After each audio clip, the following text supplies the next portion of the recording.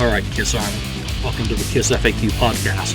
Thank you for giving us your time today and letting us into your head. I hope we don't do any damage. This is a KISS-related podcast by the board, for the board. We hope that you enjoy.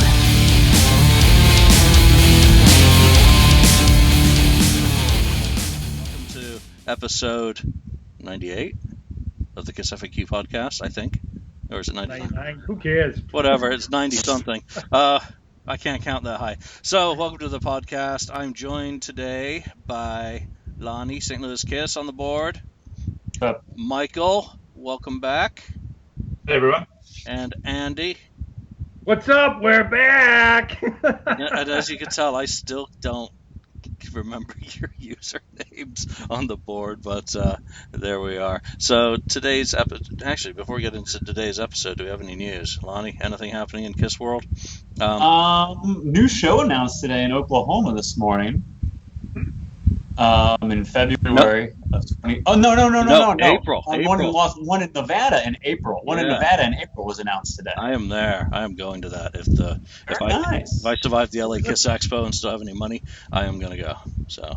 I'm going to get on Julian's case. So you wouldn't come to my pre-party with signed books, but you're going to go to LA want to do it, huh? Well, that's only an 8-hour drive, and you know what? I got one of the podcast guys who's gonna go with me, so I'm gonna have some company in the car. Gonna put together a custom playlist of some stuff that I'm sure he'll enjoy and never be able to talk about, and we're gonna go down to LA. So I'm looking forward to it. It's going to be fun. I've even started getting ready because I've got so much work going on. I got to get ahead of the books. I got to get ahead of the collectibles I'm going to bring. I'm going to bring a ton of CDs, vinyl, magazines, books, other non-Julian Gill and Tim McFate books. So I'm looking forward to it. And hopefully they'll have some more guests announced soon. So we'll see where that goes. So if you're going to LA, stop by and say hi to us. Tim's put it up on the Facebook site that he is going to be there signing as well. So this will be the only opportunity to get a signed copy of the book,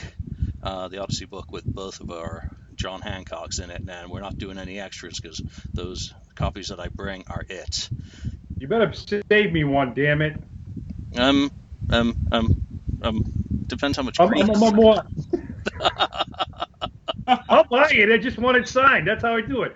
When I always get a book, it has to be signed to my name, the date it is signed, and that's how it goes. That's the way to do it.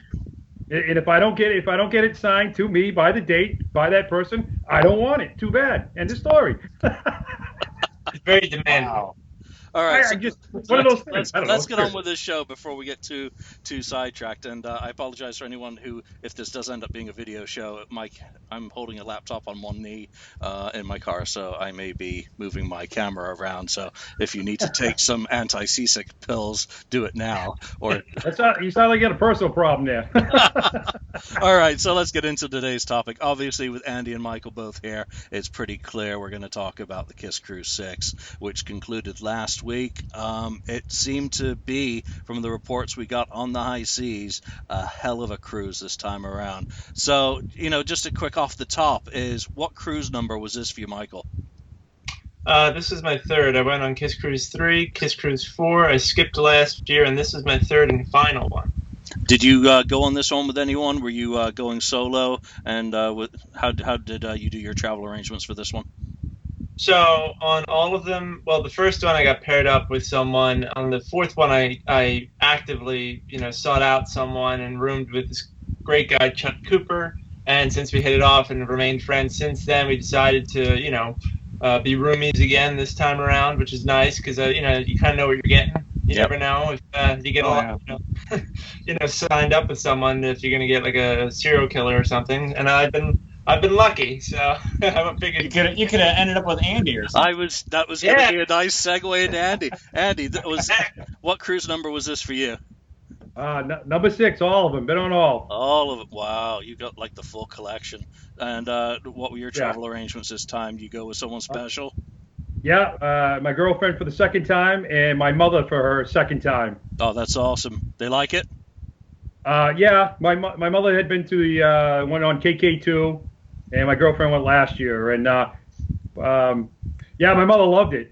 She even said it was different this time than the KK2, and we'll get into why. And whenever we get to that segment. So I kind of want to start from the beginning, I guess, of the cruise before we get into the middle and to the end and stuff. So yeah, so I do want to kind of start at the beginning of this. And Lonnie's gonna, because he's been on one and I haven't. He's probably got some questions that are specific to his cruise experience for you guys. But what draws you to it? Going back year after year, Michael. I mean, it's a fair effort to get there, to do it. What makes you want to do it so much? So it's funny. The first time I heard about the KISS Cruise, it was several years ago. I thought that's kind of a wacky concept. Then I looked into it more, and I thought this sounds pretty cool. It's a good way to get a photo with the band and just have this 4 or 5 day event. So I went on the KISS Cruise 3, and I said to my girlfriend at the time, now fiance, I said, this is a once in a lifetime thing. So anyway, I went, and then by the time I got back to the airport in Miami to fly home, I called her up, and I'm like, I think I want to go again next year. Is she still your girlfriend? Yeah. Now we're getting married, which is why I'm not going on a fourth one.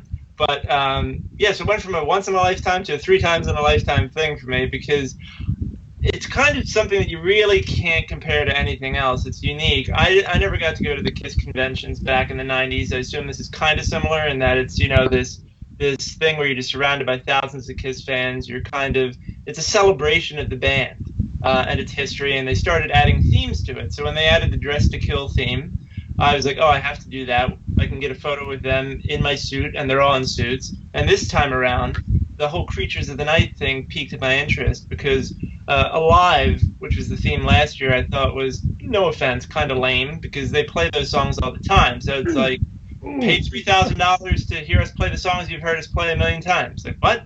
But Creatures of the Night was much cooler. Everything about it. So I thought, all right, one final time I'll do it, because it's just a great experience that I feel like every KISS fan should do it at least once, just to see what it's like. Or 6 times, Andy. What keeps you going back? Yeah, what keeps you going back? I mean, is it now an affliction that you got to go and get your yearly dose? Yeah, well, when it first started, it was themed as, we're going to do songs for diehards who want to pay this money to get on this thing, and we're going to play songs that never ever been played in their life, or barely been played in their life. And for a diehard, that's an addiction right out automatically. And then I started doing the pre-party thing, and then I got into that. Now it's like, it's not just the KISS thing anymore. I mean, I hate to say it too, and I love the music too.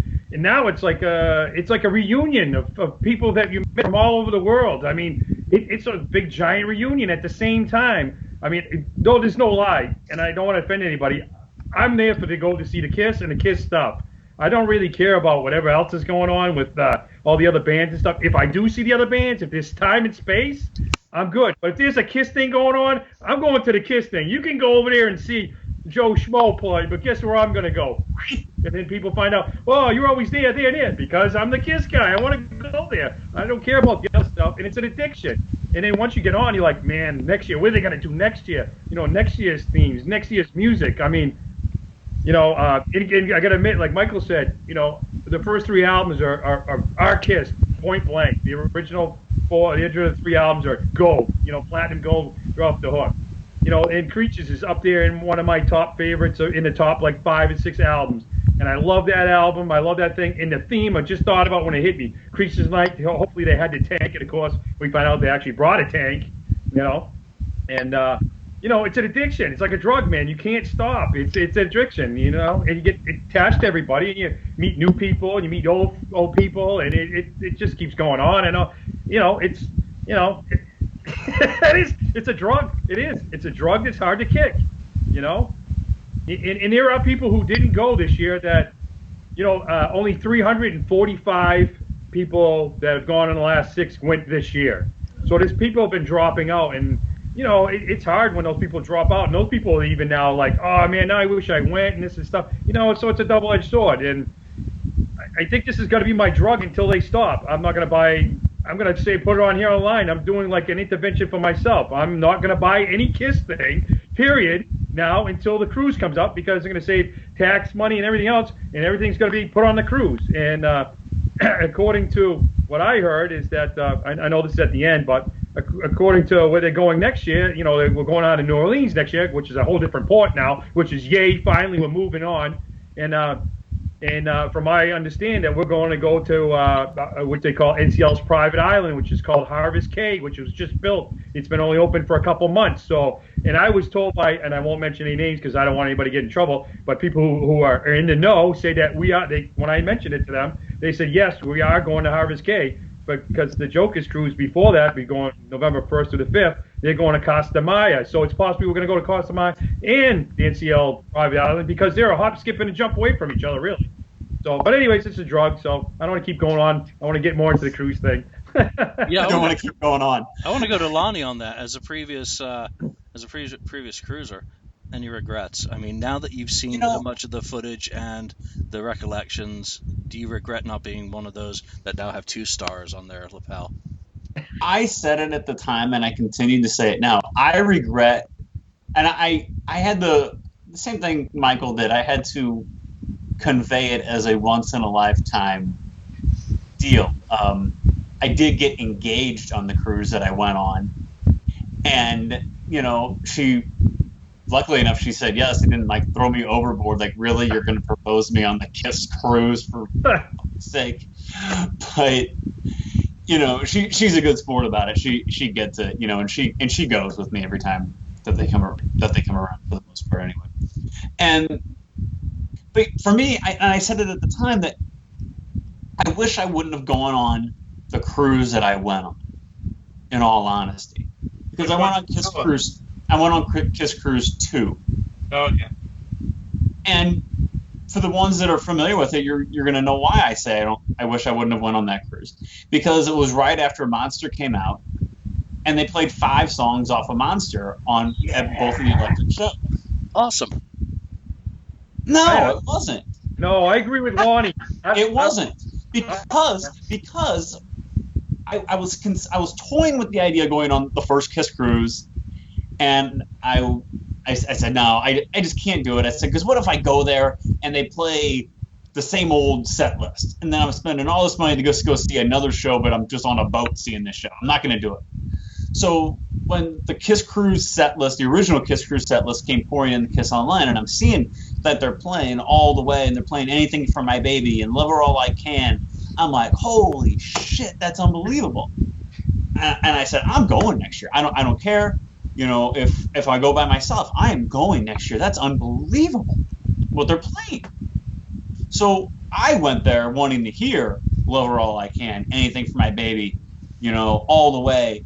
Or I'm thinking, well, maybe since they concentrated so hard off the first 3 albums, maybe they'll play stuff off of Rock and Roll Over and play Love 'Em, Leave 'Em, play Mr. Speed, songs like that, or songs off, or play, Plaster Caster, or Almost Human, stuff like that. It's going to be great. And we were walking around during the day, and we walked by the theater where they perform it, and they're doing sound check. And we're like, oh, let's just hang out here for a minute, listen to sound check, And they're rehearsing Long Way Down and Out of This World and All for the Love of Rock and Roll. And I was like, wow, I'm rehearsing a lot. They're not going to play all those Monster songs. They're just seeing what works. They're not going to play all those. And lo and behold, they played 5 Monster songs. And okay, that's great. But the rest of the songs that they played on both those electric shows were, oh, Lick It Up, I Love It Loud. I was like, I'm not here for that. I'm not here for that. The show I went to, they did open with Take Me, which was really cool. And they did play I Stole Your Love, which was cool too. But it wasn't as cool as I was hoping for. And then KISS Cruise 3, they come out and they play Almost Human, and they play more rare gems on KISS Cruise 3, and they play The Oath on KISS Cruise 3. I was like, man, I went on the wrong one. To say I'm going to go on once in a lifetime, I went on the wrong one. I agree with Lonnie. Out of all the cruises, and I feel bad because that was my mother's first one, and she was so excited. Yeah, your mom was. Yeah, and I'll tell you right now, out of all the cruises, that was my least favorite KISS cruise of them all. Not only because of what they did, like Lonnie, they say they played a lot of the Monster, and I'm like, okay. And I kind of figured once the new CD came out, I was like, this is what's going to happen. And the other thing was the crowd was really different. I had said it a million times.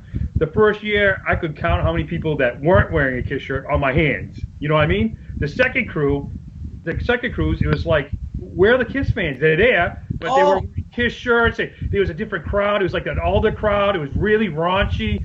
People were really like pushy and shovey, and people were stealing shit off other people. So in my way, I agree with Lonnie. The second cruise, it had the wrong vibe to it. So I agree with Lonnie on that. Without a doubt. It was weird. It was really strange because like they played just for a quick example. They played on that cruise, and I know we're not here to talk about KISS Kruise 2. We're here to talk about KISS Kruise 6. But just real quick, they played Mr. Speed acoustic that on the Sail Away show, and I'm singing as they're playing it, and they get to the second verse, and they go, "You try pleasing, but getting on your knees don't make it." And I'm singing that, and the girl next to me goes, "Is that the verse?" I go, "Yeah, that's the verse. What the hell? What the hell are you doing here?" It was like bizarre. I was like, it's a rock and roll over. But anyway, I agree. All right, now that Lonnie's gotten that off his chest, Michael, take us into the start of the cruise. And I'm going to come back to you, Andy, because I know you did something special. I haven't forgotten you. I want to kind of rotate around us. So, Michael, take us into the beginning of the cruise, into the, I guess, day one. And it's, straight out of the gate, there's lots to do when you get down to the boat. I mean, there was a petting zoo for Gene's bass. Was it Paul Stanley's weapons of choice? He had his art gallery, and I think probably the Sail Away show. So, take us into the beginning of the cruise and what stood out for you, what you enjoyed, and what you kind of got into there. Sure. I got there a day early, so I attended the pre-parties because it's just a great way to connect with people. And I also did not want to fly in the morning of because, God forbid, my plane was late and I missed the entire cruise. I would kill myself. So I was there and ready and got on the boat. And first thing I did was got something to eat. Then I also ran into Joe Polo from Podcast Rock City. We did a quick interview, which is pretty cool. First time I met him, and went to our room, just kind of put our bags down, got ourselves settled. And the first thing I think I did was, I guess I kind of just geared up for Paul's, for the show at night. Really, I think I don't have the schedule in front of me, but there were definitely concerts going on that day. Let me pull up the website here just to make sure I have it in front of me. Yeah, and I deliberately have, in none of my notes that I've got here, have I mentioned anything to do with any of the tertiary acts. If it's not KISS, I didn't really care. All right. Sorry. Well, I got it up here. So I skipped the Gene bass petting zoo because I did that before. I was very interested in the Paul one because I love his guitars. I think they're beautiful. But that was after the electric show. So to me, I was really interested in the electric show because I've never seen KISS do an electric show without makeup because I got into them after the reunion. So I went to that show. I have to say, I've seen KISS do an acoustic set on the cruise twice now, and I've been to several meet and greets, and so I mean, I'm spoiled that way, and I think a lot of us are. To me, the set list for the Unmasked show was kind of disappointing. Almost like 90% of the songs were songs they would play acoustically, and they're just like, let's just play them electric. The only surprise for me was World Without Heroes. Yep. Take Me, I Stole Your Love. Yeah, I guess they're kind of unexpected, but they're not that shocking. If they did like King of the Mountain, I'd be like, holy crap, what's going on? But so I felt like they only had one true deep cut. And the thing that's interesting is Joe Polo and I were talking about it. We both voted for Naked City. Other people voted for It's My Life. All Hell's Breaking Loose. It's almost like they had people vote and just didn't pay attention to what they voted for. Because they put more... We're going to play what we want. Right. They basically put more effort into the indoor show versus the electric show. And I'm sure if you're a first-time cruiser, you probably loved it. I mean, they put on a great performance, but I feel like a lot of us have seen Going Blind, we've seen Coming Home, we've seen Plastercaster, we've seen a lot of these songs perform multiple times, and that's because we're lucky. But they're kind of catering to us, right? I mean, we are, like Andy, the people who do this multiple times. So I felt like they kind of, disappointed a little in that respect. That said, none of the songs were bad, and the performance was great.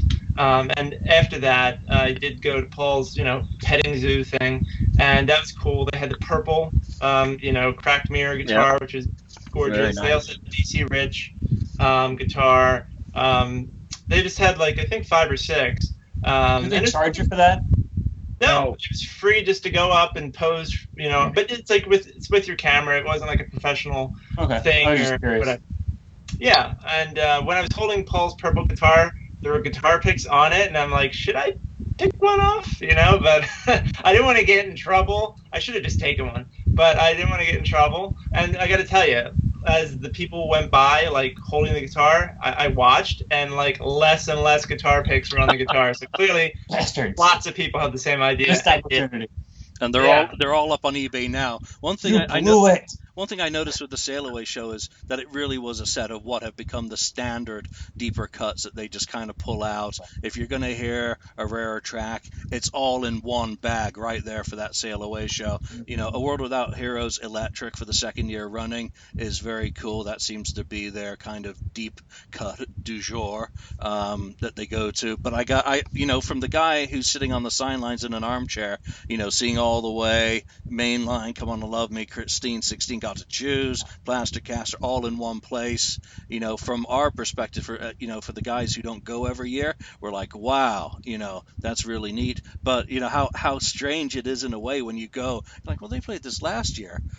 Well, yeah, but you're one of only 2,500 people who've heard it. That's like Lonnie complaining about hearing 5 Monster songs. I mean, kind of boggles. So, what do you think of Unmasked Kiss Electric? Would it work in a theater situation? Would that be something that you'd be into to see this lineup do? Oh, me? Oh, yeah, you. Sure. I if they were to do kind of a tour little thing of it. I think it'd be cool. I mean, I think them Unmasked Electric is great. And one thing we'll get to later, but the photos that they took, I opted for the unmasked. They were more relaxed out of the outfits and out of the makeup, because I've seen multiple cruises where Tommy especially leans to the left constantly in his photos in the makeup, and I feel like he doesn't feel comfortable sometimes when he's in the outfit and the makeup. So I feel like sometimes when they're not in the whole getup, they can be themselves because they're not playing a character, they're not playing a role, they're just themselves. So I feel like sometimes when they're not weighed down by all that, they can be more moving around the stage, laughing, having a good time. So it creates a whole different vibe, and I like that. And obviously a lot of us have seen them in makeup, so I think it would be kind of cool if they did even just a few select cities where they do some unmasked electric shows. I don't think it'll ever happen because Paul and Gene just wouldn't do it, but in a hypothetical ideal world, it would be pretty cool.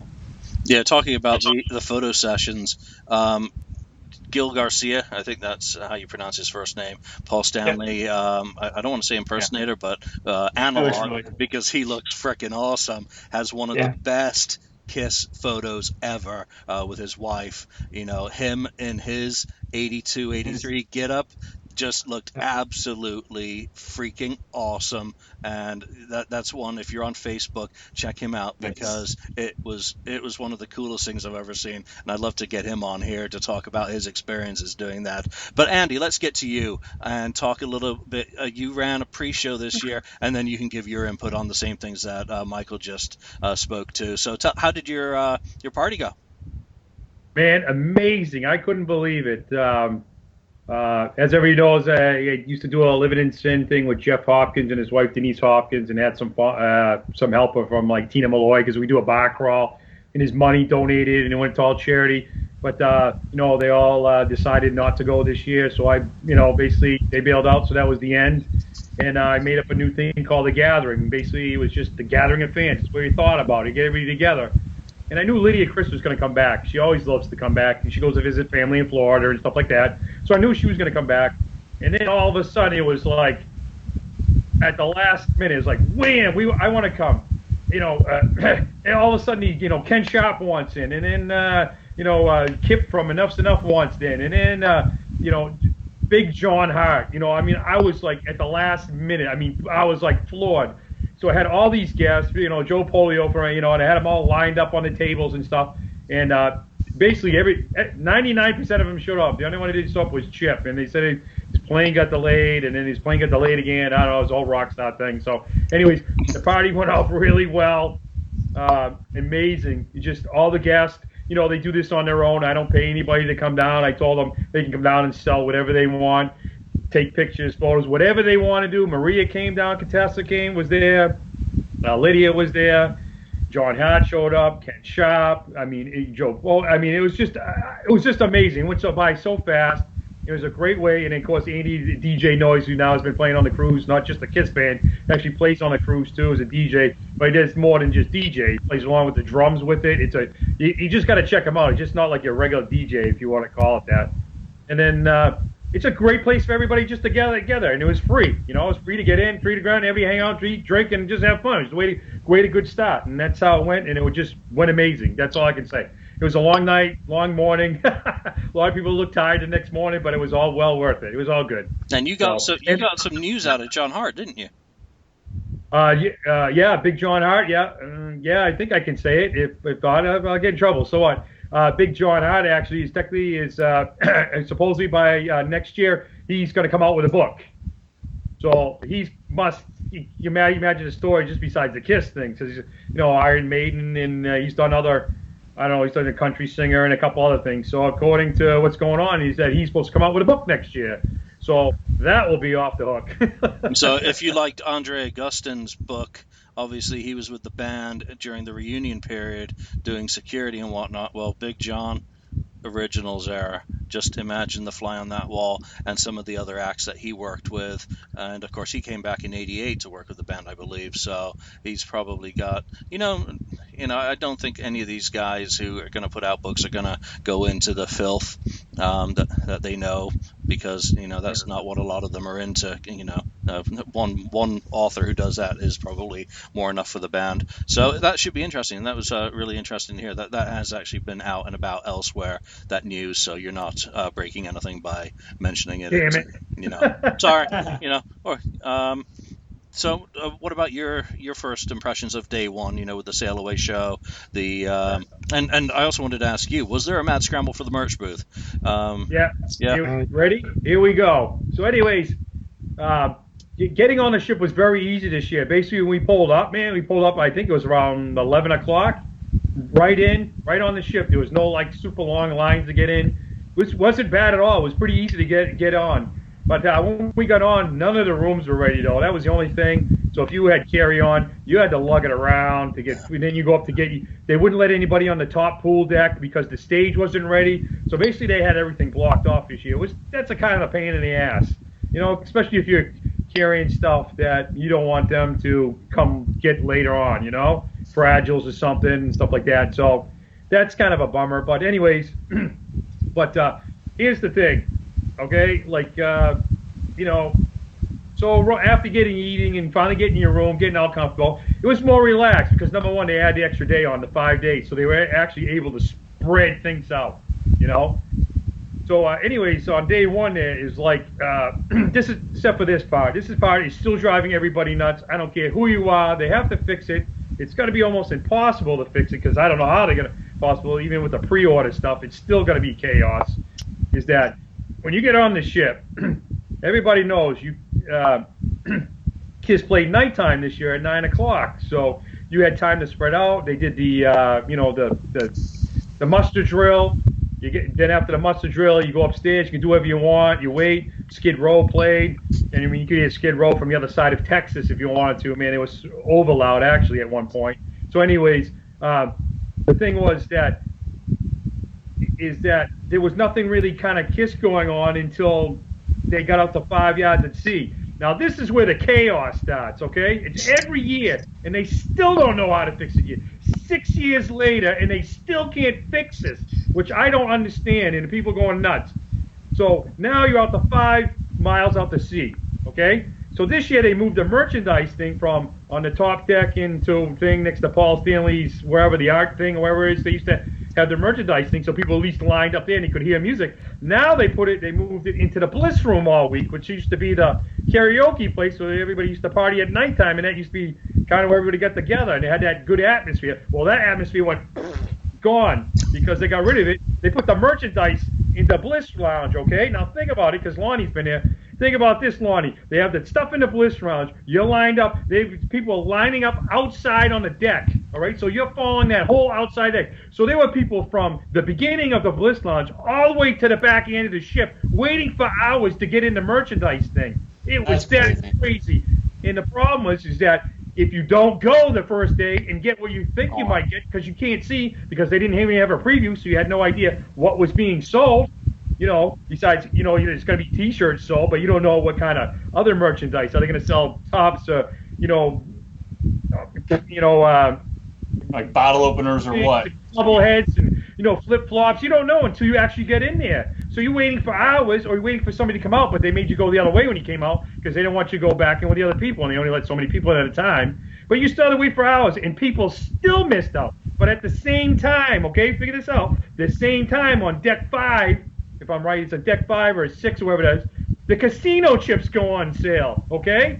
So now you got to go, which way do I go? Do I go to the left or do I go to the right? Do I have friends who will sit up here in this line for hours and you go down this line for hours and wait, and whoever finishes first, you run up to the other line. So that's what I did. My mother and her girlfriend stood in the merch light, and I want the casino chips. I went down because I collected them ever since. I want to keep, that's another thing. It's an addiction thing. I have this set. I want to keep going with the set. So I want one damn set of casino chips, right? So I run down to go to get the casino chips. They're going in, and there's a line a mile long already. So I'm like, oh, I'm screwed. I'm not going to get anything, right? And then I find out they made a $100 chip this year, a $25 chip this year, and a $5 chip this year. Of course they did. Yeah, but the other years they weren't making the 25 and 100. They stopped doing it. They're only selling $5. So what happens? Somebody sees me in line, and I'm lucky, and I thank her and her husband, because if it wasn't for them, I wouldn't have got these. I probably might have got the $100 or the $25 one, but I would never have got the $5 one, because from what I understand, some woman stood there and counted as people were buying the things, how many people before the $5 ran out. 21 people, and then they ran out. Somebody bought $700 worth of the $5 coins, and then some guy bought $3,500 of the $5 things. And you can't tell me they're not selling them on eBay? Crazy, man. Unbelievable. I mean, I only wanted 2 sets. Not one for me and one for my buddy Jeff that they didn't go on the cruise this year. And that was it. And I thank Pamela Moore and her husband for taking my money and getting me the chip, because I wouldn't even get the chip. And, for me, that's a big deal for me. It's like the cups. Now, they release the cups every morning at 9 o'clock, okay, which wasn't bad this year because what didn't seem to be a mad rush for the cups this year. It wasn't like the other years. I don't know if people just say, I don't want to buy them or I'll get them later. And I think they made actually more cups than they have in the past. So they actually had extra cups at nighttime. And then even at the end of the cruise, I saw people trying to sell all the extra cups. These are the employees, and they supposedly put a star on the bottom. If you got a star on the bottom, you got some kind of special KISS merchandise. I don't know what it was. I forgot what it was off the top of my head. So when that perspective, trying to get the merchandise and then trying to get the casino chips, they got to do something about it. And every year, everybody gets on 6-man case, and I guess Paul Stanley's heard about it now. They were people at his guitar thing were talking about it, and Paul says, yes, we have to fix this. I mean, they don't want us just hanging around for hours waiting for merchandise, but if you don't do it the first day, you're screwed. Because if you want something special, it's gone. And I'm telling you, the shit was gone. Within the first day, it was gone. I heard people going the next day because they reopened it back at 10 a.m. in the morning. People were there lined up at 6 or 7 o'clock in the morning, and the shit was gone. But it was gone. That's a terrible way to spend your vacation, in line for a T-shirt. Yeah, that's like a holiday in England, spending it in line. And I don't know who did the merchandise this year, but they blew it really. Why didn't they have anything with the tank on it? The T-shirts I saw look like garbage. Well, they look like shit. Here we go, and hopefully the video holds up for this. Michael, tell us about those T-shirts that you got. That's got the tag on it. So it's the hoodie. Oh, that's so the hoodie. The back of the hoodie. It does have the tank up here, but these sold out like the first day within a short period of time. I went to wait in line. Here's the front of it. While my friend Chuck waited for the chips. I said, you wait in line for the casino chips, I'll get in line for the merch. And he was able to get me a $25 chip. I didn't see him in the merch line because it was so damn long by the time I got in. And when I got in, what I cared about most was getting the little Tommy autographed guitar because I thought that's really cool. Yeah. And it's the more affordable way to get an autographed guitar. And so I got that. I got this T-shirt, which this sold out like immediately. Stand up, show yourself off. Yeah. And this is like the only shirt that they had really with like the actual logo of the cruise. Because most of it was like these like weird like movie poster things or like things that really didn't have a hell of a lot to do with KISS. They had one with a mermaid on it. People were like, "What the hell is that about?" They had two with women on it, right? 2 or 3 with women on it. I'm like, what are we, 10 and 12? What was with the mermaid? Yeah. There's another half-naked chick on another one. It was like, what are we, back in 1980? We're fucking... I'm sorry, you've just said mermaid, and I'm thinking they should have called Ken Kelly. Remember the girls on the front of the cover of Love Gun? Turn them into mermaids? Right. Yeah, there you go. Sorry. Yeah, Yes, KISS Kruise VII. Send the check here. Right, guys. But you both got hats as well. Hat. Oh, there you go.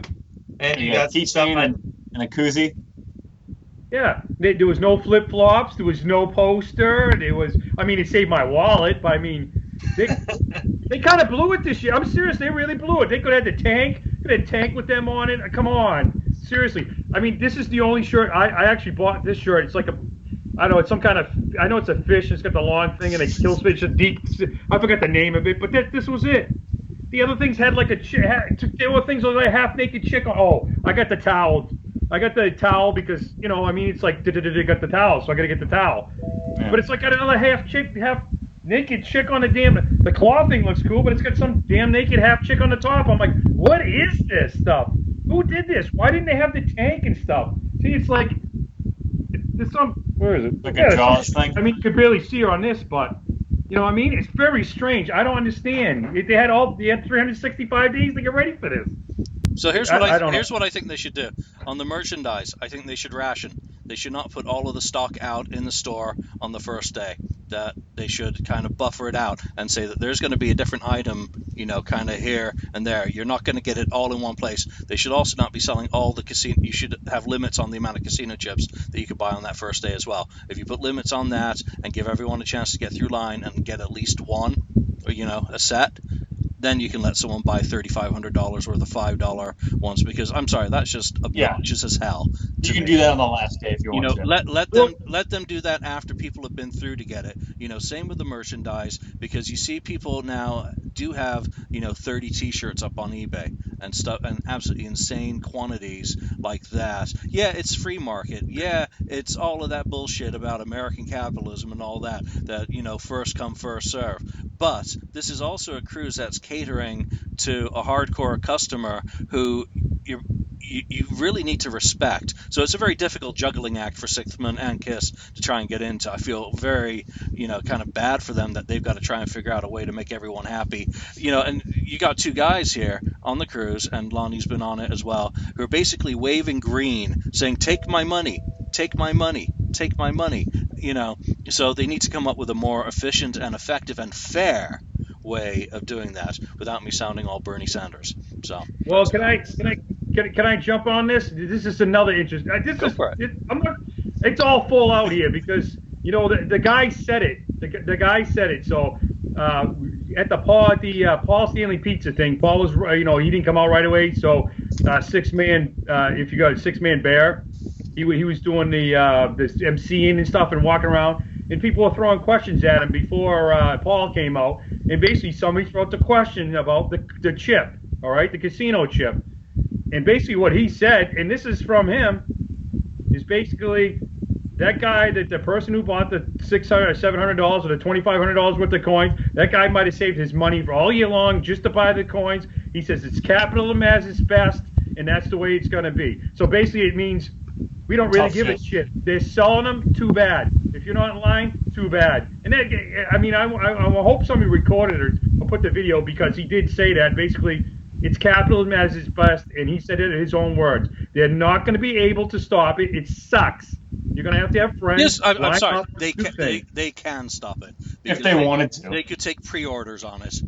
You're all Yeah. going to the boat. You can put an order in. It's like Amex. It's like going to some casinos in Europe. You place your frickin' order in advance for your chips. You go there. We'll call. Pick them up. So yes, you can find a solution to that problem. And yes, it is perfectly fair for someone who's got $3,500 to go in and buy the whole damn lot because he's there in line. That's fine as well. That's how it goes. But again, you're catering to customers here, and your idea is to make the majority of those customers happy. Lonnie.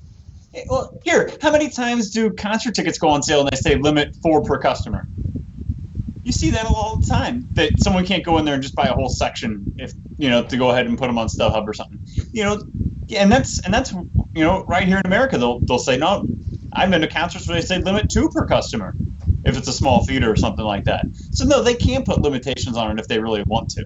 They don't have to say, well, he bought 3 sections worth of tickets or something, or he bought $3,500 worth of chips. Nothing we can do about it. Yeah, you can. You just don't want to. Yeah. You know what I mean? That's crap. Yeah. And the other thing is too with the merchandise. I guess some guy bought like 50 shirts. Yeah, I heard about that too. And then the thing is, Six Man said on the Cruises site, on the Facebook page, they said they didn't want to leak out any images. The images are already out because they already posted images. When you put up the website, of course, people are going to take and steal. They don't want people to make their own shirts and shit like that. They've had big problems with that though too, and they've had but guess what? to ban certain people from going because people are plagiarizing images and trying to profit off Six Man's images. So I get that totally.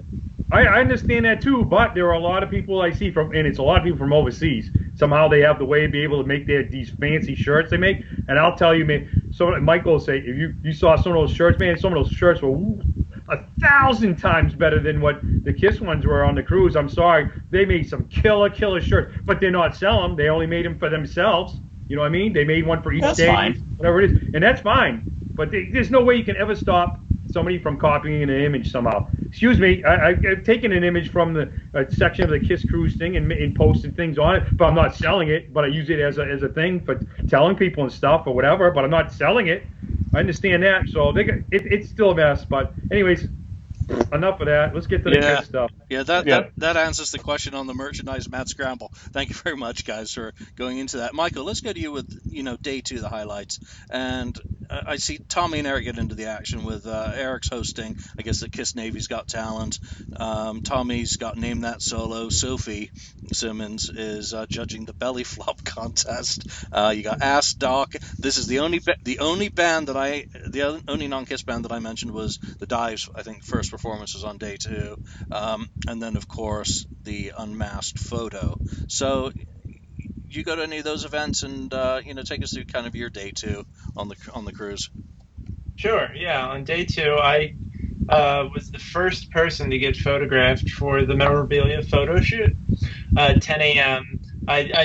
I thought that was really cool last year. They had the opportunity to do that, so that was one of the things I kind of missed out on, and I was happy that they did it again this year so I could do it. Basically, it's a photo shoot that Norwegian takes photos of you with. It was the Freedom to Rock banner behind you, so it's like KISS with the American flag. They had like a trunk there in place of the drums, so they didn't have the drums this time, but they had Gene's axe bass, they had Paul's silver Ibanez guitar, and then they had like this thing on an easel, like kind of like a metal poster thing where it's that logo where it says KISS, the #1 gold metal champion, gold record champions, and blah blah blah, and it shows all the album covers and the band. So you basically could pose however you wanted. So I did some like standard stuff, holding the guitar up, or acting like Paul and pointing the guitar at the camera. And thankfully, most of the photos turned out pretty cool. So after I did that, I kind of went over to the whole Eric Singer thing where he had his event.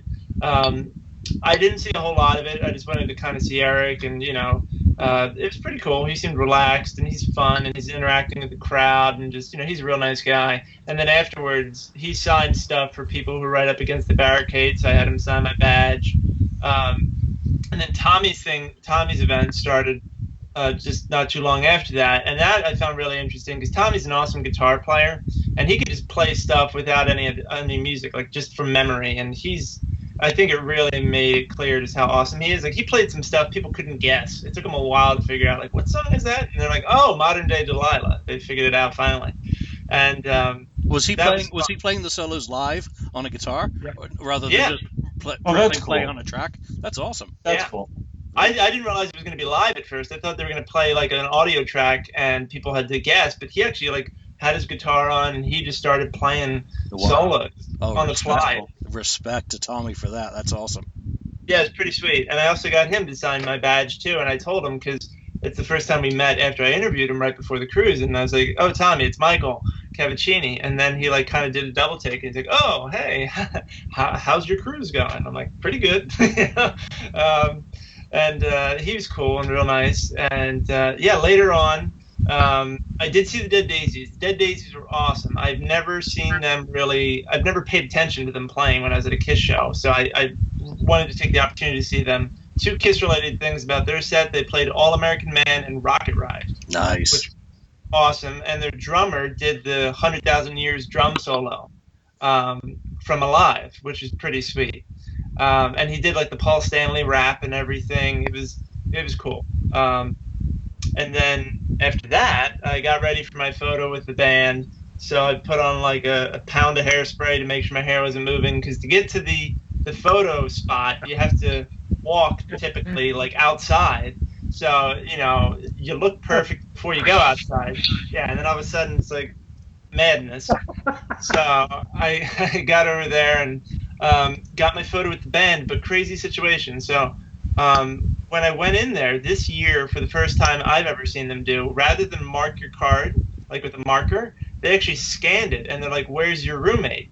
And we're used to taking photos separately. So I told them, "Oh, he's sick. He's back at the room," because I didn't feel like having a whole discussion. And they're like, "Well, if he's not here, then he's not going to be able to get in after." And I'm Because like, it's supposed to be with your cabin mate, right? right. And I didn't take it seriously because I thought, well, hell, like we've done this before. So I was like, yeah, okay. And got my photo with the band, and then after we met up, and I'm like, well, how'd your photo go? He's like, they weren't going to let me in. I'm like, what do you? And I'm like, what? And he explained, and he told them like, hey, I paid just as much as he did, and like we all should get what we paid for.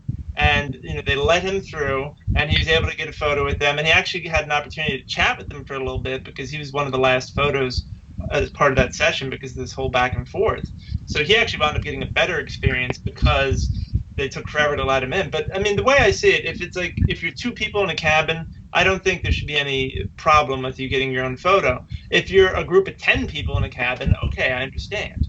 But if it's just two people, it's not a big deal because you might be rooming together just because you need someone to room with. It doesn't mean that's your wife or your husband or whoever. It could just be someone you're rooming with, and you want your own photo. Which I think it doesn't mean you want them in a KISS photo with you for eternity. So, right. Yeah. But anyway, can of worms, though.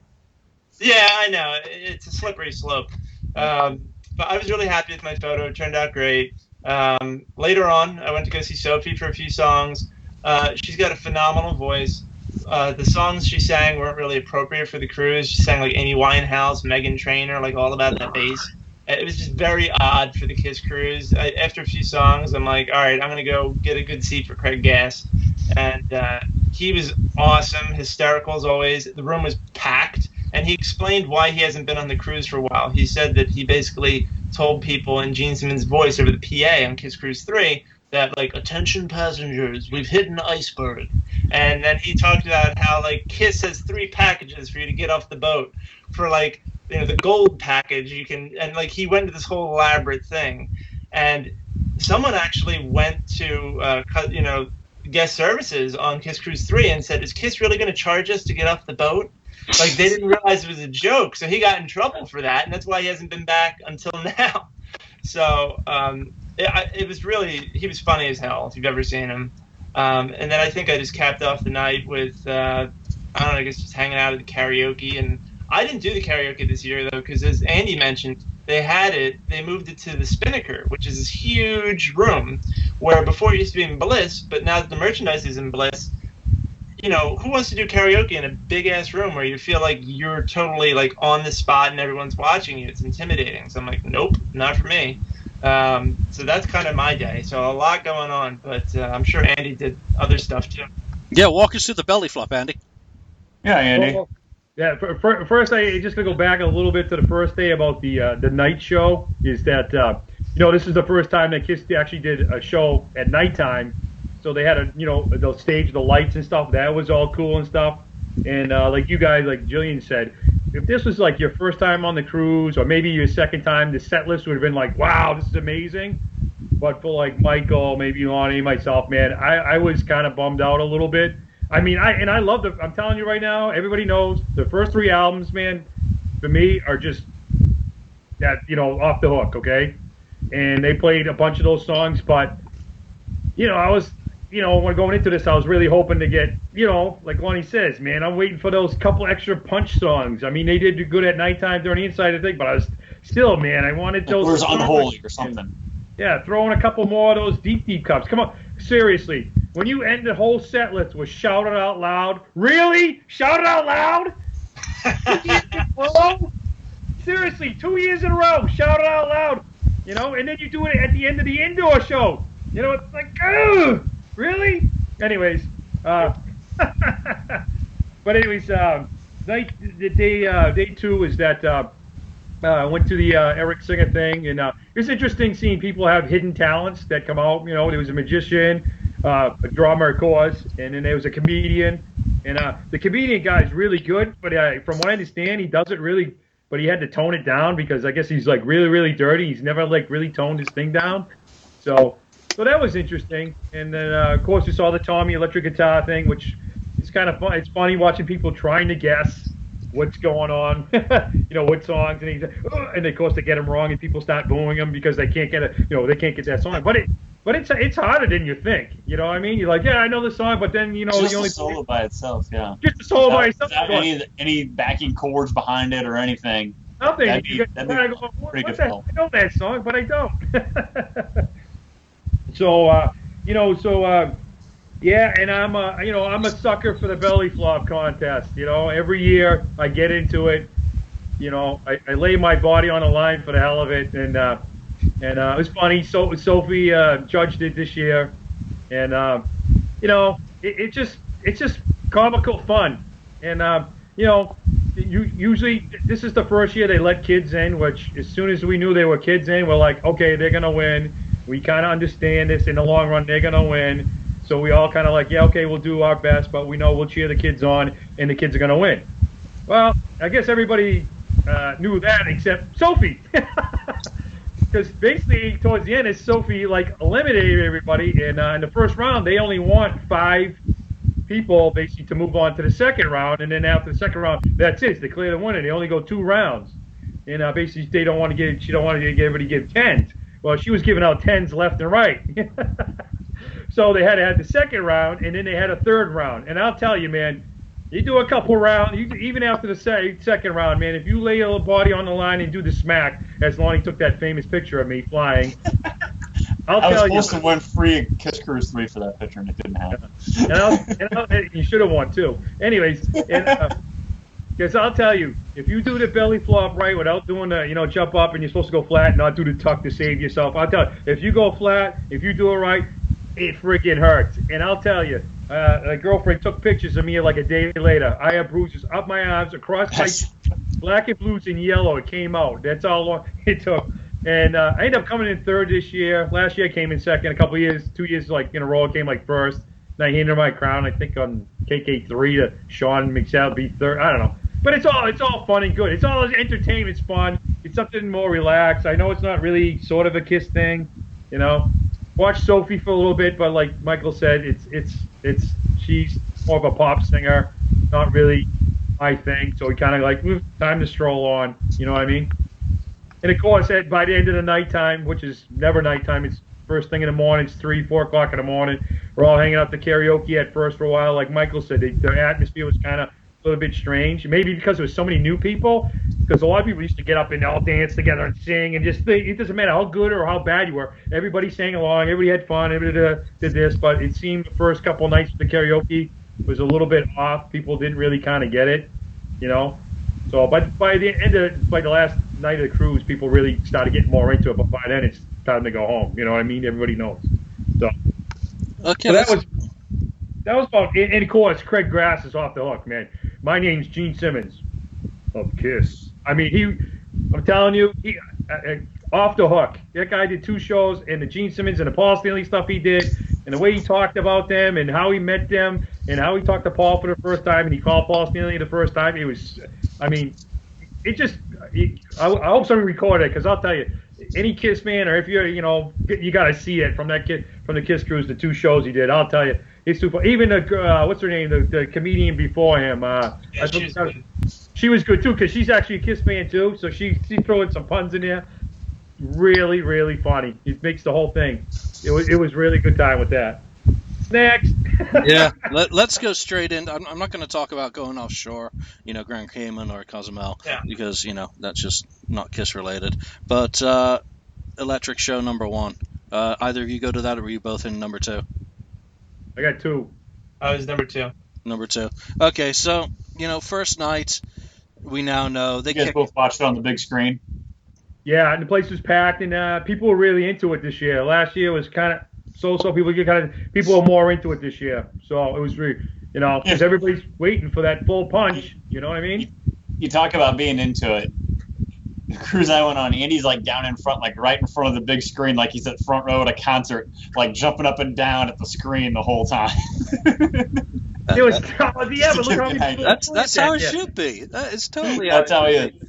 So Michael, if you're watching this on the big screen, wherever that is, give me your reaction to you see the tank and they hit. I'm just going to read the first part of the set. Creatures of the Night, Keep Me Coming, Detroit Rock City, Radioactive, Calling Dr. Love, and then Wouldn't You Like to Know Me off Paul Solo. I mean, from Mr. Armchair Quarterback's point of view, oh my God.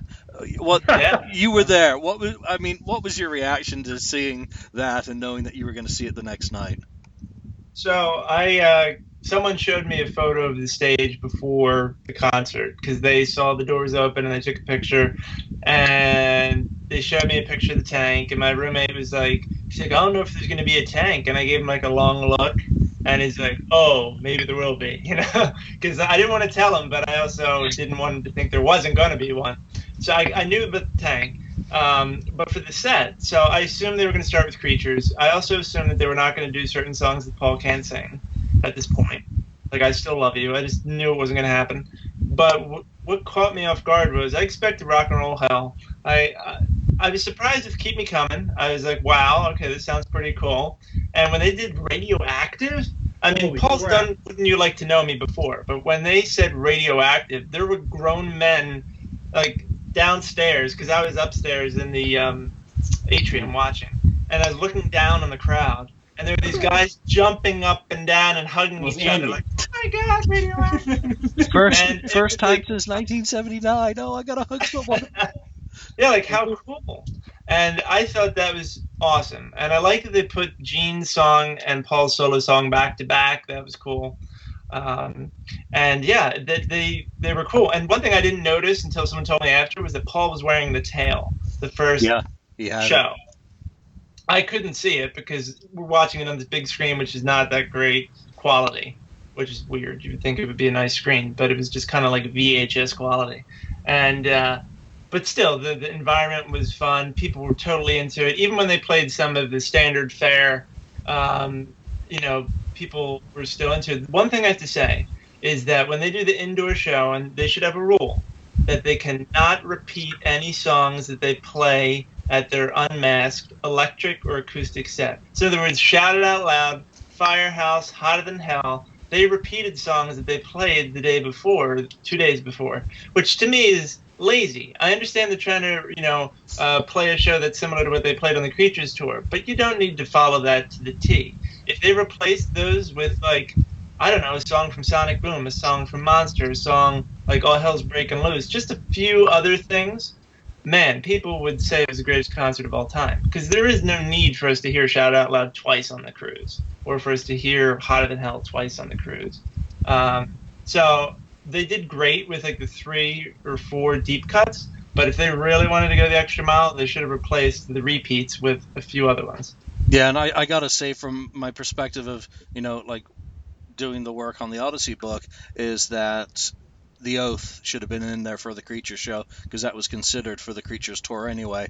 And if they've already done it, bringing that one back in instead of freaking shout it out loud. I mean, your point is completely valid, and I gotta say, as good as that set is, and I think from the high quality YouTube videos that circulate of Paul doing Keep Me Coming and Gene doing Rock and Roll Hell, they nail it. They totally nailed it. It sounds way better than the recordings that we do have from 1982, because Keep Me Coming only survived 2 performances back then, and Rock and Roll Hell only 3. So, I mean, the quality, for comparison, is, again, Paul Stanley knocks it out of the park. So the one thing I'm really disappointed in is that Saint and Sinner or Killer don't get an airing, and I don't know if it's a vocal challenge for Gene to do either of those, that it's just too much to go for. And again, I'm not going to ask her for a refund because I wasn't there, but I really think one of those 2 songs should have been in there for a Creatures of the Deep kind of performance. That's just a personal kind of niggle there. And Gene didn't sing the high parts in Rock and Roll Hell. He had the crowd sing them, which made sense. I could understand, because like there, at the end of the verses, there's parts where he's like, and scream, and he'd have to like belt out this really high note, which I was waiting for it, and then he didn't do it at either show. He just pointed to the crowd and they sang it, and I understand that it's probably really hard to pull off. So it's better that you don't do it, and it's better to not do it than do it and embarrass yourself. Yeah, absolutely, and you can be pretty sure that in a rehearsal they tried other songs off that album and said no. Andy, were you down in front of the screen jumping up and down like a madman that first night? Hell yeah, he was. No, actually, I was not in the front this year. I was more in the back. Oh, it's disappointing. Oh, jeez. No, actually, this year I told the girlfriend, because she loves Kiss, she likes Kiss too, and my mother was there, so it's very hard to you got one. My mother's only 5'2", and my girlfriend's only 4'10", even though she says she's 5 foot, she's not. It's hard to have 2 people that are this small trying to be pushed up front. It's hard enough to attack one. Imagine trying to do 2. Gentlemen. So, oh yeah. So anyway, yeah, it was. I loved it. I have to agree with Julian, man. I would have loved to hear Saint and Sinner, man. I love Saint and Sinner. Eric Carr, and even said that was like his favorite song off the album. It was one of his favorite songs to ever do. So, oh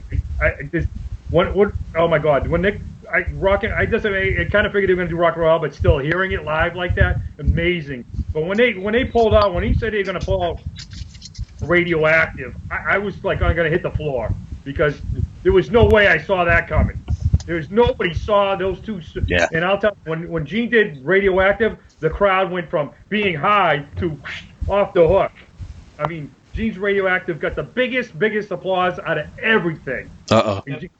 That means trouble. You're supposed to say that Paul Stanley's "Wouldn't You Like to Know Me" got the biggest applause of all. No, because Paul says, "Hey, I'm playing. Wouldn't you like to know off my solo album like twice?" And people were like, yeah, people were up and going, yeah. But when Gene said when they did Radioactive, I mean, the crowd even lifted even more. I'm telling you, nobody saw those 2 songs coming anyways. It was great. I think Paul did I'm surprised that he did Keep Me Coming, and I think Paul knocked that out of the park with Keep Me Coming. I swear to God, that was probably his best song I've heard him do with his voice in recent years. And that came out of, and that's a song they don't do all the time, Yeah, and it's a song off Creatures you thought they probably won't do that, because, it is Paul Stanley kind of, at his peak vocals anyway. Yeah, because like Michael said, they're not going to do I Still Love You. And Gene admitted, he goes, I hate Danger. It's that song. Well, we'll get to that after. During the thing, he mentioned some things on his "Wouldn't You Like to Be a Rock Star" thing. He's pretty funny. We'll get to that next. Yeah, so let's wrap up the electric shows. I get it. Radioactive hasn't been played by Kiss since '79. Wouldn't You Like to Know Me? Paul did just a decade ago on his solo tour. So it's like, okay, we've heard it. But first time Kiss ever performed it. Second night, you guys are there. They swap out. What was it? They swapped Strutter and Deuce. Other than that, it was the same. How was it in person? What was the scale? How did the Creatures analog do in that small environment? Michael, let's go to you first on that one. Sure. Yeah, it's interesting. When I'm at a concert now, especially since I have a blog, I find that I have to record certain songs on my phone for my posts. So part of me wants to record certain things. So I recorded the rare stuff, and then part of me actually wants to be in the moment and enjoy it because it's unique, right? So, I was wondering what were they going to switch up. They switched up, like you said, Deuce for Strutter, which is fine because Strutter is a really hard song for Paul to sing. And actually, I noticed when he did sing it, he avoided certain parts that, where he has to kind of like modulate his voice or modify it because it's very hard for him to do. So I was kind of happier to hear Deuce. But being there in person, I have to say, the one thing that really stood out is I feel like there's more confetti at any Kiss show I've ever seen. Like, they dumped like pounds and pounds. Like, it kept coming. I was like, holy crap. Like, is this where all the budget went? Confetti? It was just insane. And, I enjoy watching what are the other members of the band doing when someone's singing a lead song. So, like, Gene singing and Paul's, like, walking over to the other side of the stage and sitting down, or he's doing these, like, his, strange little dance that somehow he makes look awesome. Where he's like shaking his butt or doing like what one comedian called the invisible stairmaster, Lonnie, which is a great way to describe it. And I thought Tommy looked phenomenal in his outfit. I feel like out of everyone, he looked the best. And one thing I noticed is that the way they avoided walking into the tank is there was glow-in-the-dark tape on the actual like part of the tank that stuck out. And other parts of the stage had tape on it. So that way, when the lights go down, they can make sure they don't walk straight into it. Head off. Yeah, knock themselves out. So it was really cool seeing it so close up because it's such a small theater that even if you are farther back, you still have a good view. And I was maybe, 18, 20 rows back in the center. So I had a good shot of it. And Shannon was above us like she normally does, and she was throwing out Gene's picks. So I was able to get a few of those. It's a fun atmosphere. And yeah. You got quiet. What the hell happened? Andy, go break the silence. All right, I'll break the silence. Yeah, like Michael said, when we saw it on the big screen in the atrium, it had that fuzzy look. It did look like a VHS from 1983, 82. So it is kind of funny in a way. Yeah. It's like Rio. We had the first row of the seats. I moved out of the pit. The pit is not all what it's worth to be. Unless you're 6 foot or taller, you're in trouble after the second row. It's hard to see, and you're going like this all night because you're going like this to avoid people. And the ship is going like this at the same time, depending on the weather and stuff like that. And the standing room only thing is you have the people one behind the other. I got out of that. Sometimes that's not worth it either. I had a lot of hassle with somebody last year, so I decided to move back into the seat, in the first seat, dead center. Perfect. I love seeing the tank. I couldn't believe it. And I don't know how I didn't know. I knew they might have done the tank or didn't. I wasn't like Michael. I didn't see the picture. I didn't hear about it. I don't know how, and I'm glad I didn't, because walking into them, when they opened the curtain, I was so happy to see that damn tank up there looking so cool. And the first thing I thought of, this is going to be awesome. They're going to blow the confetti or diamond streamers out of that tank, and it's going to blast everybody. And it just seemed so surreal. It looked like almost back in 1982, 83. It just so surreal, and being on that stage. And if you look at some of the old if you look at some of the YouTube videos, you can see the disco ball in the background, right?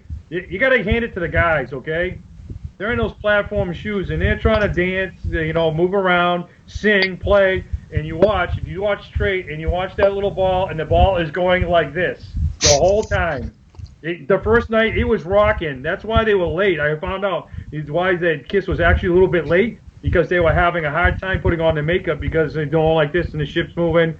And from what I understand, that Gene wasn't feeling too hot the first night. He was getting a little kind of the sea motion thing. He wasn't too fond of it, I guess. So, but the first thing I thought off my head, man, oh my God, I want a picture standing on top of that tank, and they missed an opportunity for people. I mean, I know they have the memorabilia, which I did too, which I didn't get into yet, but I wish they let people get on the stage with the tank. That tank was so cool.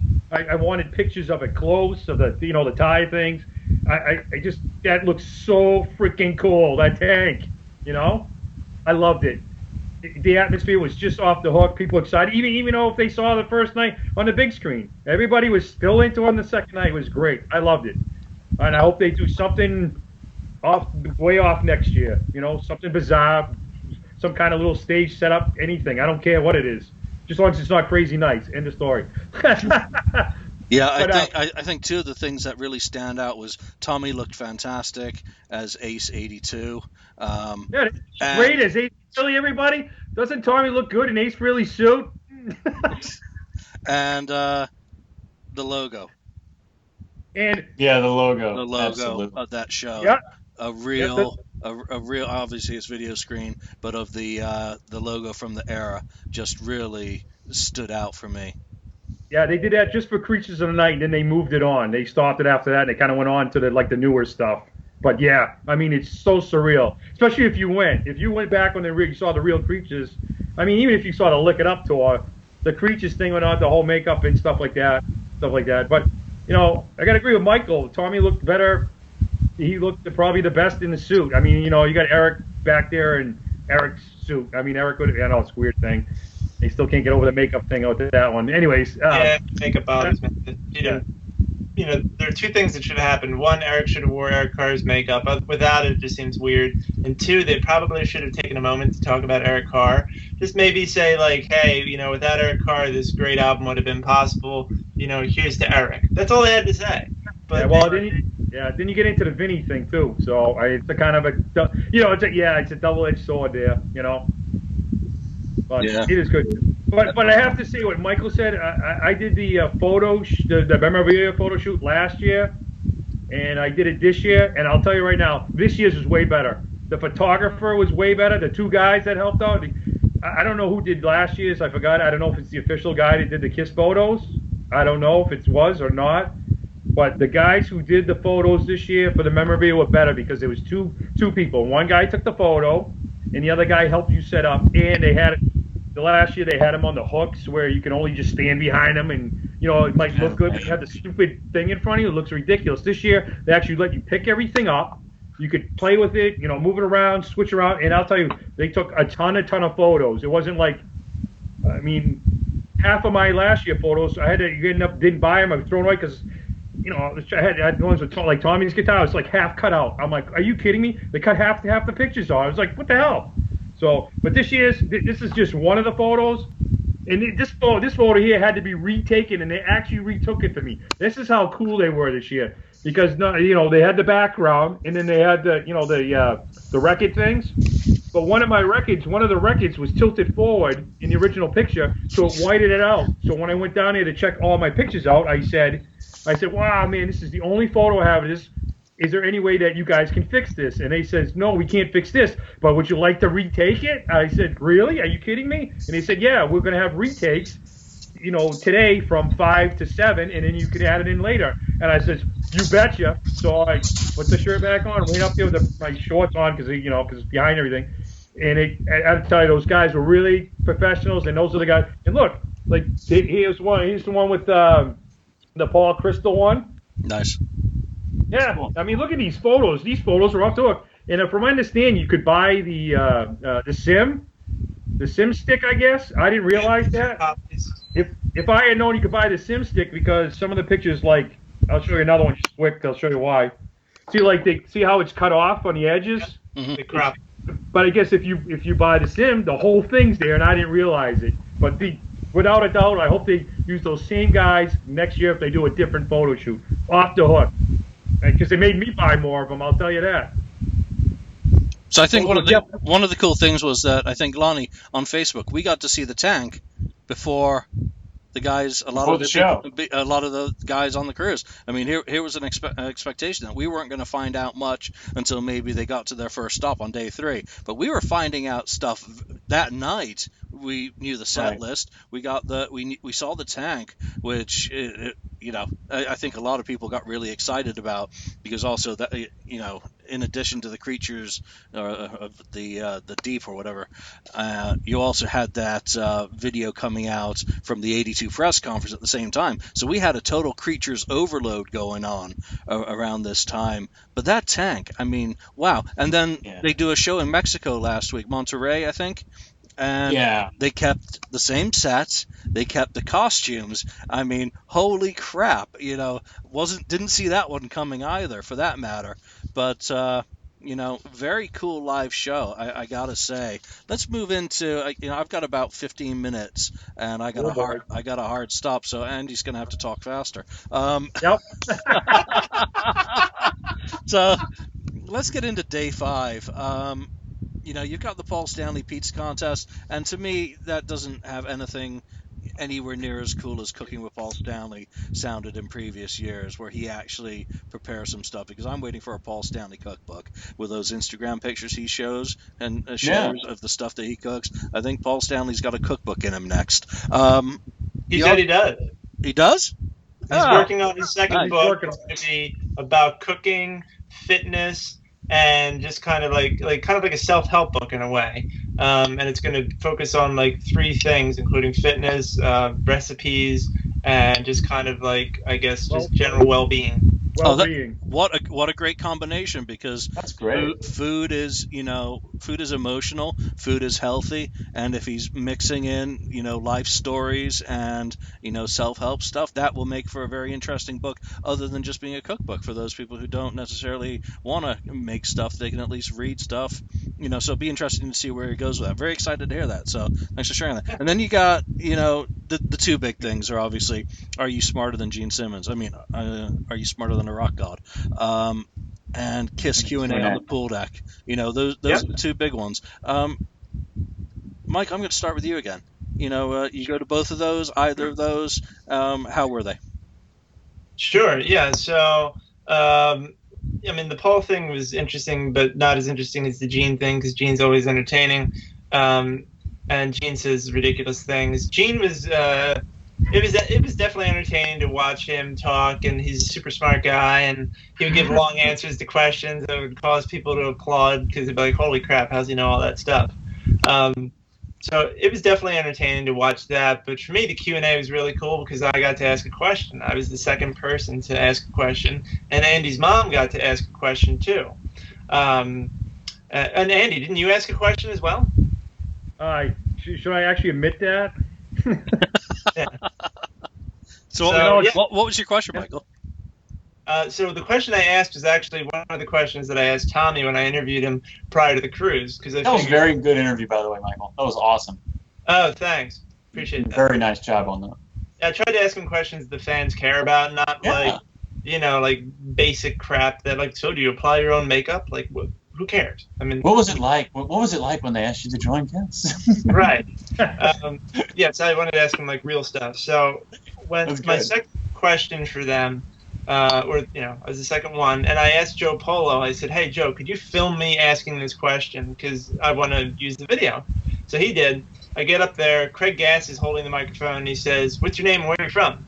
And I said, Michael Cavaccini, Philadelphia, PA. And Eric pulls the microphone to his mouth and goes, "Never heard of you," because obviously we know each other. So he was busting my balls even before I got the question out of my mouth. And Eric. Yeah, he's a good guy.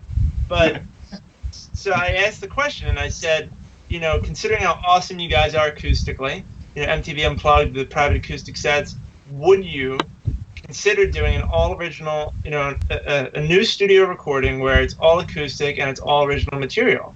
Because I think that's a pretty cool concept. Most people when they do acoustic, they reinterpret their old stuff, but no one that I know of, the rock band, has really done all acoustic, all original material. So anyway, Paul's response didn't make any sense. He said that we wouldn't do it because we wouldn't, we want Eric on the record and we wouldn't want to sacrifice not having his drums, which doesn't make sense. Did he not? Was he not TV Unplugged? the drums sounded awesome. And Eric drums when they do acoustic sets all the time, and he sounds amazing. So maybe Paul didn't know what the hell I asked, but his answer didn't make any sense. Yeah, I like that idea tremendously. It would just be interesting to see where they went with that as a rock band doing an acoustic album. And Yeah. I mean, I can't think of any off the top of my head. I'm thinking maybe Pearl Jam might have, but I don't know. So it would be very interesting. Andy, you asked a question, did you, that you were trying to deny all knowledge of asking?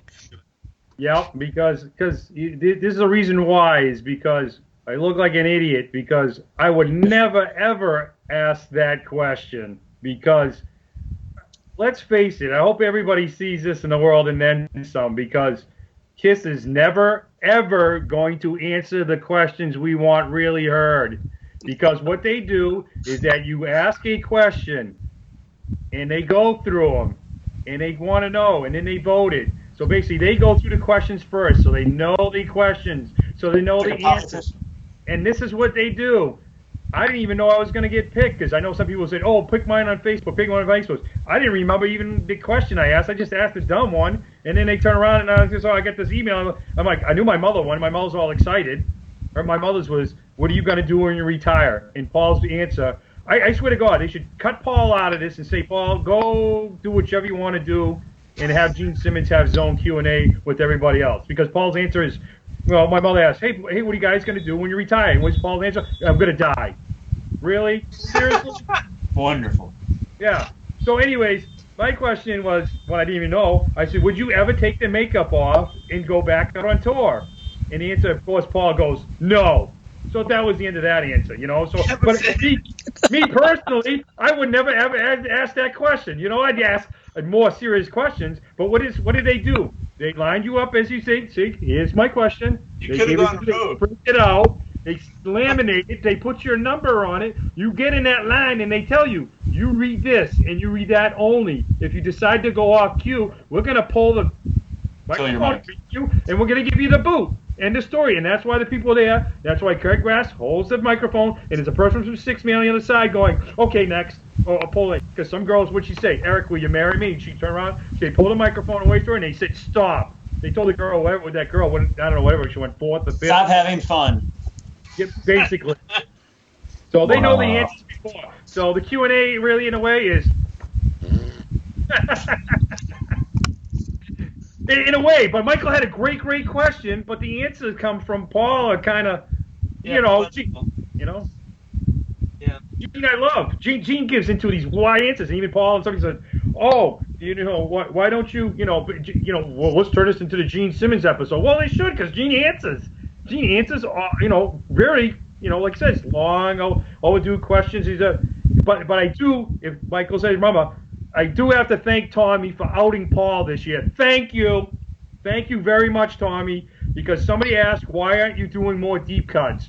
Tommy stood up, he got off his chair, because Paul stood up and basically said, Tommy looks at Paul and says, we come up to him with songs to do, and Paul turns around and says, I don't want to do this song. And Paul turns around and says in the microphone, yep, they come up with these crazy songs, and I don't want to do them. And if they were any good, we do them. And the place started booing. Thank you, everybody on the pool deck. Wow.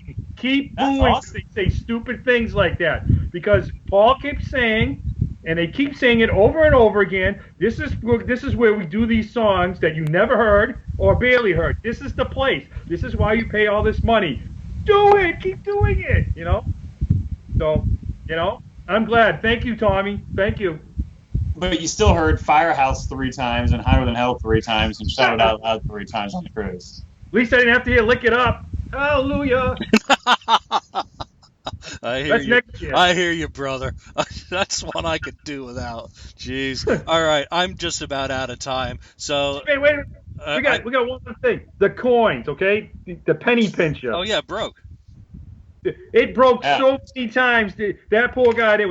There was some guy fixing it. And that poor guy was standing there all day. And if you didn't like the way it came out or came off, the guy would try to do one and switch it out all day. It was crazy. That guy was there day and night, and then finally put a thing on it broken.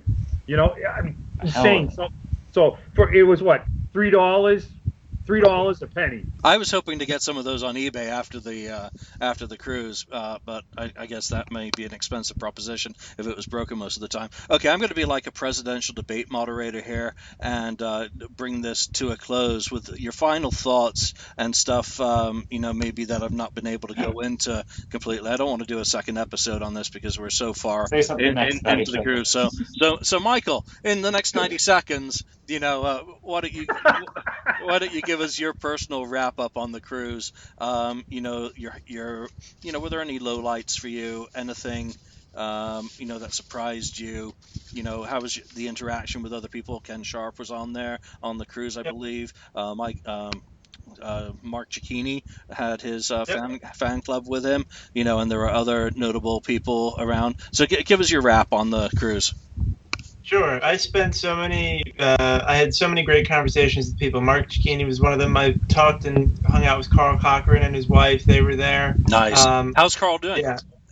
He's doing good. And, I was doing my best to raise his spirits, get him to laugh and smile because he's, going through a tough situation, but he's doing better and just want to make sure that if someone's like in a tough situation, I try to make him feel good because that's the best we can do, right?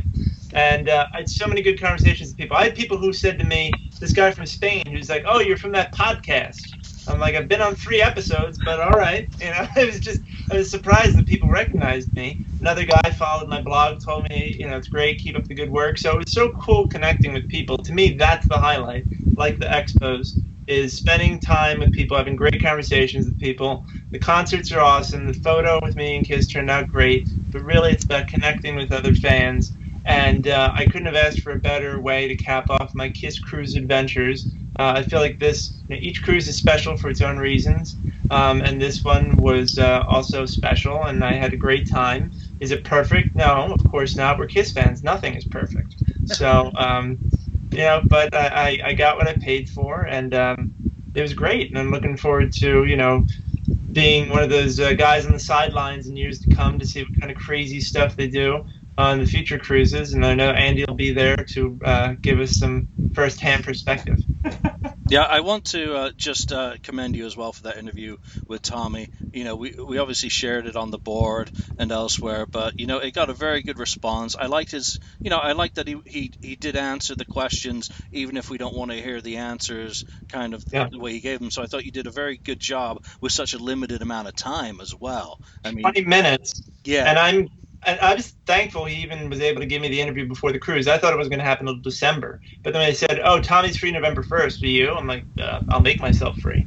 And, they said, you get 15 minutes. I'm like, can I get more time? And they're like, okay, 20. So I had a ton of questions, and I had to cut out the ones that I just couldn't fit in. And I tried to hit the most important ones that I thought people would care about. And thankfully, the response has been good. So, I do the best that I can, and I'm glad it worked out. So nice job. Yeah, very nice. Andy, let's go to your wrap up on the cruise. I loved it because they actually added the extra day on the 5 days, so it helped spread out the schedule of everything KISS-wise. Great, loved it. So it gave some people complain it was downtime. They call it downtime. I call it you could actually get something to eat time. You know what I mean? Because I've been on the cruises like KK2 or whatever, you couldn't do anything except for go to Kiss After Kiss. They still have to fix this thing with the merchandise somehow, the casino chips and all that, and whatever this penny pinch if they do it next year. But all in all, it was great to see a lot of people I hadn't seen in 365 days.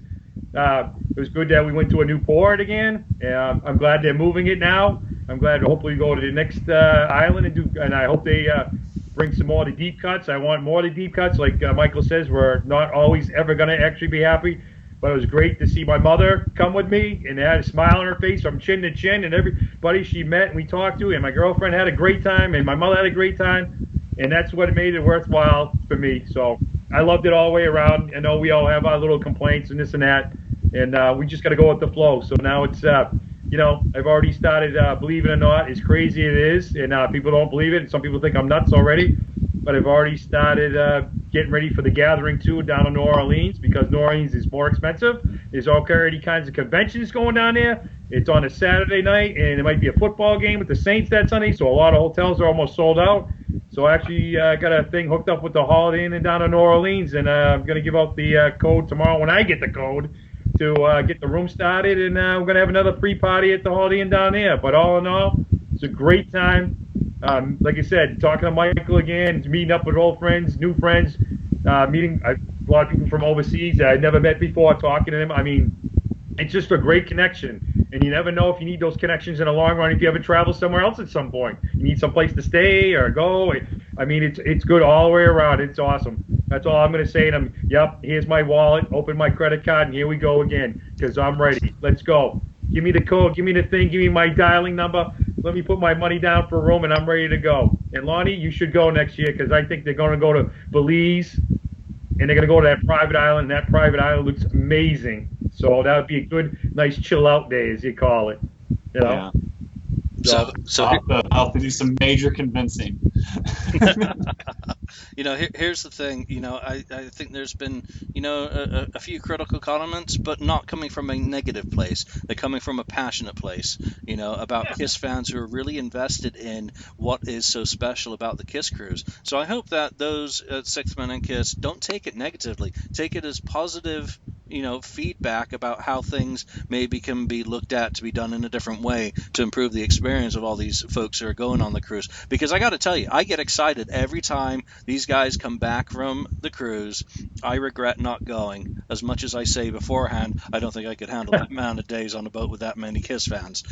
So I suffer, non-buyer's remorse. So, the stuff that seems to be getting set up for New Orleans next year certainly sounds very exciting. So, what I want people out there to do, whether you went on the cruise or not, chime in on this topic, especially about KISS Cruise VII. Get those ideas flowing. They're in the planning stages, or they're well into the planning stages by now. Who knows? They even ask, what do you want for the theme next year? I think it was on the Q. They sent a question or the survey and stuff. They're even asking.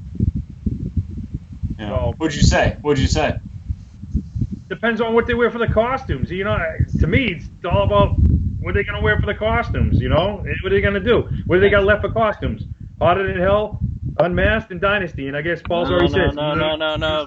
KISS First Kiss, leather. Yeah. Go back. Who knows? Go back to that easy stuff, and then put Life in the Woods in the set. But I will take anything that's never been played or hardly been played any day of the week. I don't care what it is. Put Life in the Woods so that people can do a conga line like they used to do at the Daisy, around the ship. My God. Yeah, that could happen. Yeah, you'd be leading it. You wouldn't. You'd be right You'd be right at the front. I know it. So chime in. Wherever you find us, whether it's on YouTube, whether it's Facebook, Spreaker, on the FAQ message board. I want to hear your thoughts. If you're on the cruise, chime in with your opinions on it because everyone's got different perspectives. And the two chaps you had on today, thank you so much for sharing your time and your memories of such a wonderful event with us. We totally appreciate it. So we thank everyone as well for listening, and we will see you next time. Bye, everybody. Thanks, everyone. Thank you for spending time listening to the KISS FAQ podcast today.